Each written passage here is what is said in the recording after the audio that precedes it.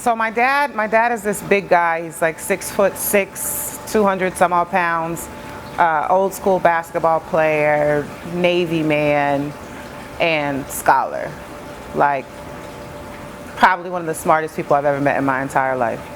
And I remember I used to, not when I was like a baby or anything, like middle school, going into high school, when I would visit with him, I would look through his books. I would read his Quran. I would, look at the poetry books, sometimes try to find little notes that he wrote to himself. And he had this one book, and it was called The Prophet by Khalil Gibran. And I love the book. I'm not a poet. I'm not even sure I really understand poetry, but I could read that book as if it was the Bible, like it was the Bible, because it's kind of written like a Bible, and Bibles are kind of dope to me.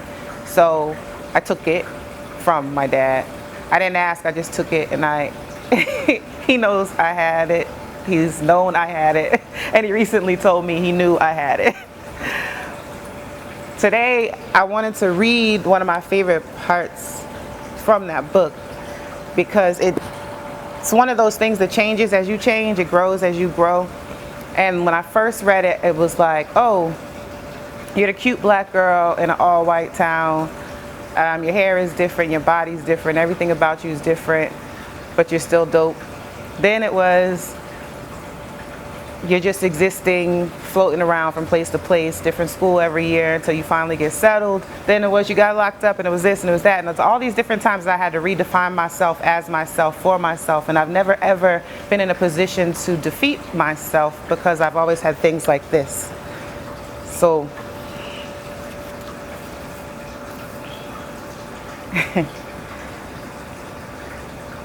and a poet said, "Speak to us of beauty." And he answered, "Where shall you seek beauty, and how shall you find her, unless she herself be your way and your guide? And how shall you speak of her, except she be the weaver of your speech? The aggrieved and the injured say, beauty is kind and gentle. Like a young mother half shy of her own glory, she walks among us.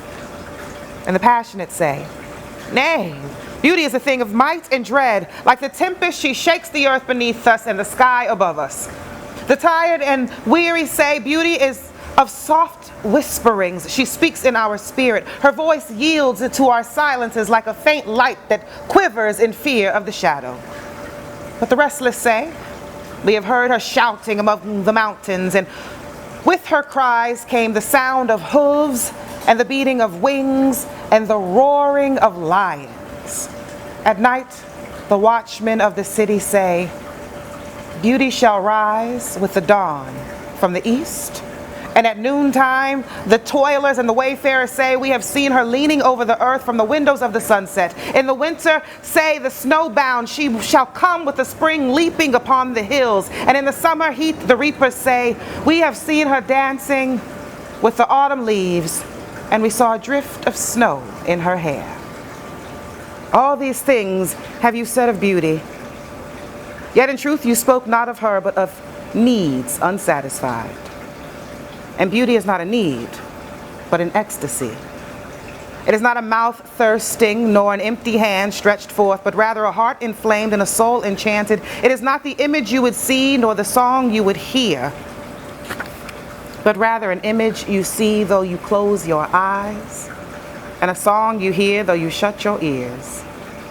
It is not the stop within the furrowed bark, nor a wing attached to a claw, but rather a garden forever in bloom and a flock of angels forever in flight. People of Orphalese, beauty is life when life unveils her holy face. But you are life and you are the veil. Beauty is eternity gazing at itself in a mirror, but you are eternity and you are the mirror.